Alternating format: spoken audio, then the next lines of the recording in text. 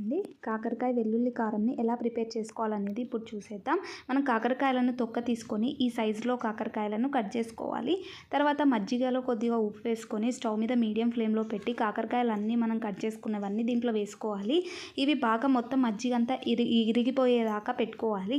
బాగా ఇదంతా పట్టుకుంటుంది కదా, ఆ తర్వాత పక్కన తీసి పెట్టుకోవాలి. 6 టేబుల్ స్పూన్స్ ఆఫ్ ఆయిల్ వేసి కాకరకాయలను బాగా దాంట్లో రెడ్ కలర్ వచ్చేలాగా ఫ్రై చేయాలి. తర్వాత మనం పచ్చి వెల్లుల్లి, ఉప్పు, కారం వేసి మెత్తగా పేస్ట్ లాగా గ్రైండ్ చేసి పక్కన పెట్టుకోవాలి. బాగా కాకరకాయలు రెడ్ కలర్ వస్తాయి కదా, ఇలా రెడ్ కలర్ వచ్చాక మనం తీసి పెట్టుకున్న వెల్లుల్లి కారంని దీంట్లో వేసుకోవాలి. వేసుకొని బాగా మిక్స్ చేయాలి. ఉప్పు కారం అంతా కూడా దీంట్లోనే వేసాం కాబట్టి కాకరకాయలో వేయాల్సిన అవసరం లేదు. మనం ఎలాంటి పప్పులోకైనా సరే ఇవి ట్రై చేసి చూస్తే చాలా బాగుంటాయండి. నేను రోజు టమాటా పప్పు చేశాను కదా, దాంట్లోకి చేస్తున్నాను.